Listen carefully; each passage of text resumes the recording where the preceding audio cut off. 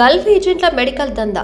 ఏజెంట్లు గల్ఫ్ దేశాలకు పంపిస్తామని ఇంటర్వ్యూలు ఉన్నాయని వాట్సాప్లలో, ఫేస్బుక్లలో పోస్టులు పెట్టడం, అక్కడికి వెళ్లాక మెడికల్ చేపించుకోమని తోలడం, ఒక్కో వ్యక్తి మెడికల్ చేపించుకుంటే 2,500 రూపాయలు మెడికల్ ఖర్చు, ట్రాన్స్పోర్ట్ ఖర్చు మరియు ఆ కంపెనీ వారికి 10 మంది అవసరమని చెప్పడం, సరిపోయిన వారు అని చెప్పడం, 55 సంవత్సరాలు అని పోస్ట్ పెట్టి 45 సంవత్సరాలకి తీసుకుంటున్నాం అని చెప్పడం, ఇలా మెడికల్ ఛార్జీలు వసూలు చేయడం.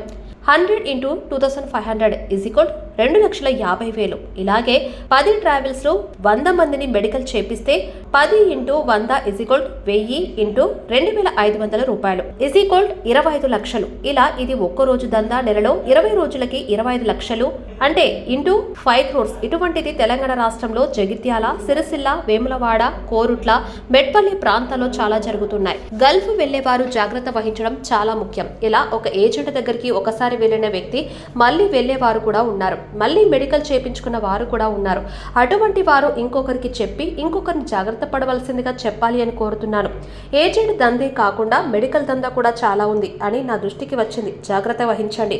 మీ శ్రేయోభిలాషి గాజుల సంపత్ కుమార్, గల్ఫ్ కార్మికుల అవగాహన వేదిక, తెలంగాణ రాష్ట్ర అధికార ప్రతినిధి మరియు సెంట్రల్ కమిటీ సమన్వయకర్త.